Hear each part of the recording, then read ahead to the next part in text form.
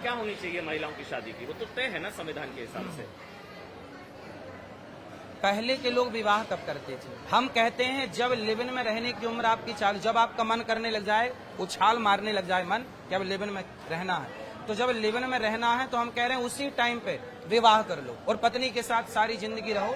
अभी मैंने अखबार में पढ़ा 15 साल 16 साल 14 साल। आप बताइए लिव इन में रहने की उम्र क्या है? ये कोई उम्र ही नहीं है हाँ, लिव इन में तो रहने जब की। लिव इन में रहने, शादी की उम्र तो है ना महाराज जी। जब लिव इन में रहने का आपका मन हो जाए तो लिव इन में क्यों रह रहे हैं? तो शादी करा दो। सिंपल फंडा है भाई साहब। मैंने अखबार की कटिंग आपको अभी बताऊंगा। नीचे 16 से नीचे हो, सरकारी गाइडलाइन पे चलो। ऐसा है कि एक लड़की लिव इन में रहती थी, उसके हो गए बच्चा, उस बच्चे को ना मान लेना चाहती है ना बाप लेना चाहता है। अब बताइए वो बच्चा पैदा होती अनाथ हो गया कि नहीं? तो समाज में ऐसी व्यवस्थाएं ना बने कि ऐसे अनाथ बच्चे पैदा हों। उसका क्या कसूर है बच्चे का?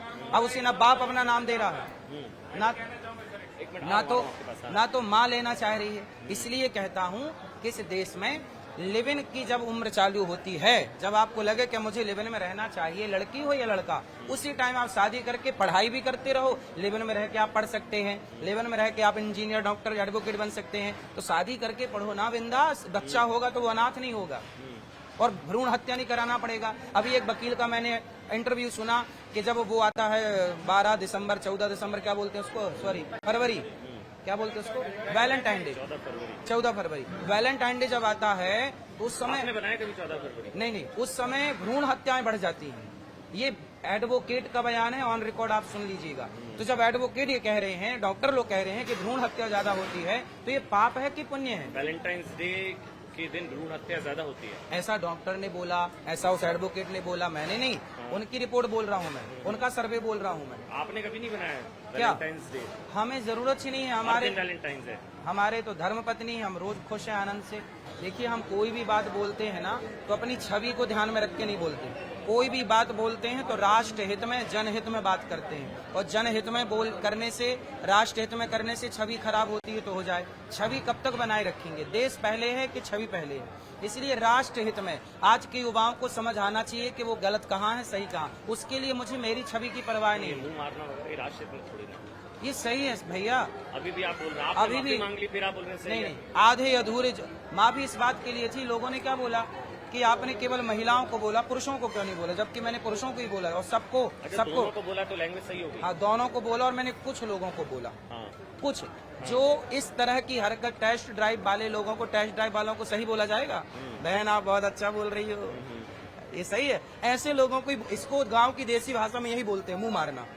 अपने बयान पर है एकदम। ये गांव का हूँ मैं, भारत का रहने वाला हूँ, भारत की बात सुनाता हूँ। है प्रीत जहाँ की रीत, सदा मैं गीत वहीं के गाता हूँ। इसलिए भारत की बात कहता हूँ। भारत के गांव में जब 4 लड़कियों को, 4 लड़कों को कोई छेड़खानी करता है तो गांव के लोग बोलते हैं कहाँ से आ रहा है? उम्मीदें ज्यादा हैं तो मैं उम्मीदों पे खरा भी तो उतर रहा हूँ। पूरे समाज की गंदगी को साफ करने की जिम्मेदारी है। और देखो सारे जो गंदगी में थे वो सारे बिलबिला के ऊपर भी तो आ गए प्रहार से। संतों की वाणी मीठी नहीं होती। आप टेस्ट ड्राइव ब्रिगेड की बात कर रहे हैं। हाँ, देखो संतों की वाणी मीठी नहीं होती, संतों की वाणी कड़वी होती है। और कड़वी दवाई स्वास्थ्य के लिए लाभदायक होती है। इसलिए जो टेस्ट ड्राइव वाले जैसे लोग थे उनके लिए बोला गया था 4 जगह मुंह मारना, तो वही लोग सामने आए हैं। फिर ये जो भाषा है ना, अरे हम बता रहे हैं कि आप बहुत मर्यादित हैं। आपका एक मैंने केवल उस पर बात की कि जो मैंने बोला था ना 4 जगह मुंह मारने, शब्द बेहतर हो सकते थे। वो बेहतर शब्द होते तो पूज्य प्रेमानंद जी के बेहतर शब्द थे, फिर क्यों विरोध हुआ? नहीं तो उन्होंने इन शब्दों का प्रयोग नहीं किया ना, क्यों विरोध हुआ? फिर जब शब्दों का प्रयोग नहीं किया तो फिर विरोध क्यों हुआ पूज्य प्रेमानंद जी का? इसका मतलब विरोध शब्दों का, इसका मतलब ये है जो पुरुष चरित्रहीन है, जो स्त्री चरित्रहीन है, उनके लिए ये बातें कही जाती हैं, सबके लिए थोड़ी कही जाती हैं। अब देखो फिर वही बात मैं दोहराऊंगा कि चोर को चोर ना कहा जाए तो क्या कहा जाए? और कहा जाए तो फिर बुरा लगेगा चोर को। तो हमने जिनको कहा उनको ही बुरा लगा। ऐसे तो फिर मैं ऐसे 10 बयान आपको मैं याद दिला सकता हूँ जो मुझे भी व्यक्तिगत रूप से सही नहीं लगे महाराज। हाँ बताइए कौन कौन सही? वो सीता हरण और द्रौपदी, उसको सुंदरता से जोड़ देना। नहीं, वो चाणक्य नीति का श्लोक है उसमें। आपका शायद अगर गलत हो मुझे सही करिएगा। एक आपने बोला था कि बेटियों के संस्कार जिम्मेदार है, उनके टुकड़े टुकड़े जो 35 टुकड़े हो रहे हैं उसके लिए। ये पूरी बात सुनेंगे पूरा। तो आपको क्लियर, आप लोग 10 सेकंड 20 सेकंड की बातें सुनेंगे पूरा बताइए ना, इसलिए तो है। तो आप किस बताइए। विषय में सुनना चाहते हैं, पूछिए। ये जो सीता हरण और द्रौपदी का जो चीर हरण, हाँ। इसको मैंने तो पूरा सुना। उसमें आपने कहा क्या कि ये महिलाओं का ज्यादा सुंदर होना भी दोष है, और ये इसलिए सीता हरण और इस वजह से द्रौपदी का चीर हरण हुआ, चाणक्य उनकी नीति- सुंदरता की वजह से। इसका उत्तर दिया जा चुका है। तब चाणक्य नीति पढ़ेंगे तो आपको सब समझ में आएगा। इसके लिए सत्संग करना पड़ेगा कि कौन जिम्मेदार है। इसके लिए ऐसे चलते सीता हरण फिरते के लिए तो रावण जिम्मेदार है ना प्रभु, उसके लिए क्या है? मतलब महाराज जी आप बताइए ना, ये तो विवादित है ना।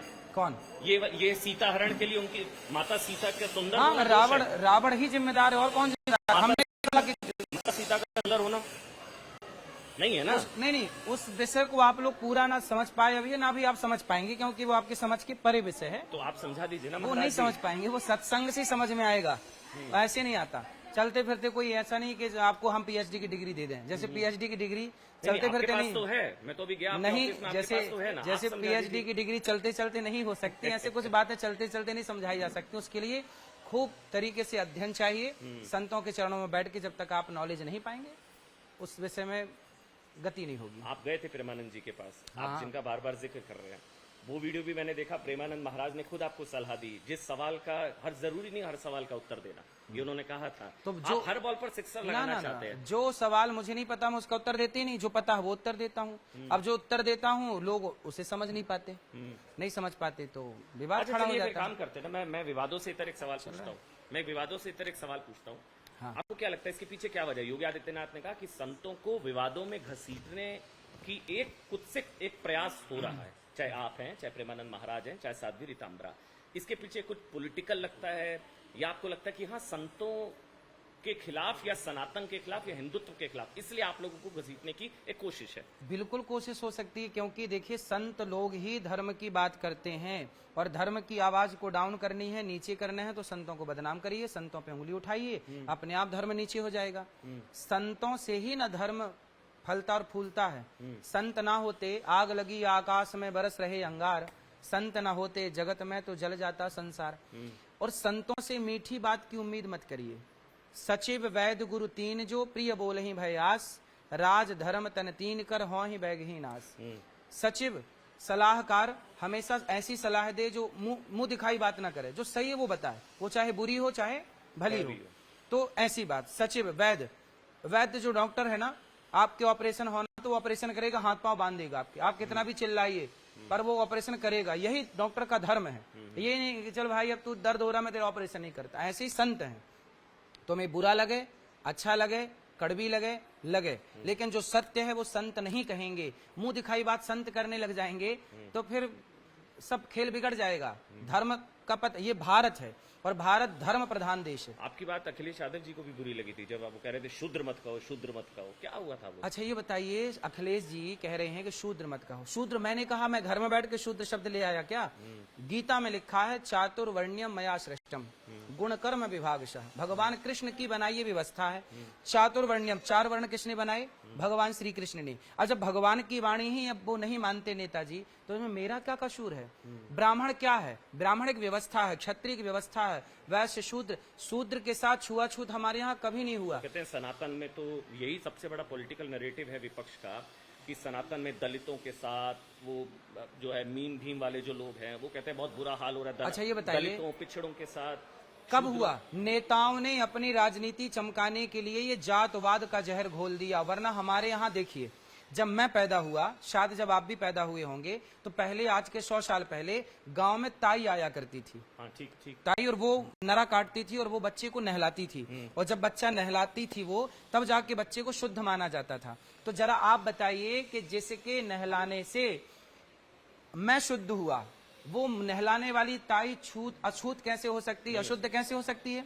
मैं खुद कहता हूं कि हमारे यहाँ नेताओं के द्वारा केवल ये गलत अफवाह फैलाई गई और हमारे सनातन धर्म को बदनाम करने के लिए जातवाद का जहर घोला गया, जबकि हमारे यहाँ कभी भी जातवाद नहीं था। अच्छा बताइए, जातवाद था तो भगवान राम ने शबरी के बेर खाए कि नहीं? निषाद के गले, मतलब जब राम हमारे आराध्य छुआछूत नहीं कर रहे हैं तो मैं कौन होता हूँ छुआछूत करने वाला? और भगवान की बनाई व्यवस्था वर्ण व्यवस्था है, तो आप कौन होते हैं ये कहने वाले कि मैं नहीं मानता?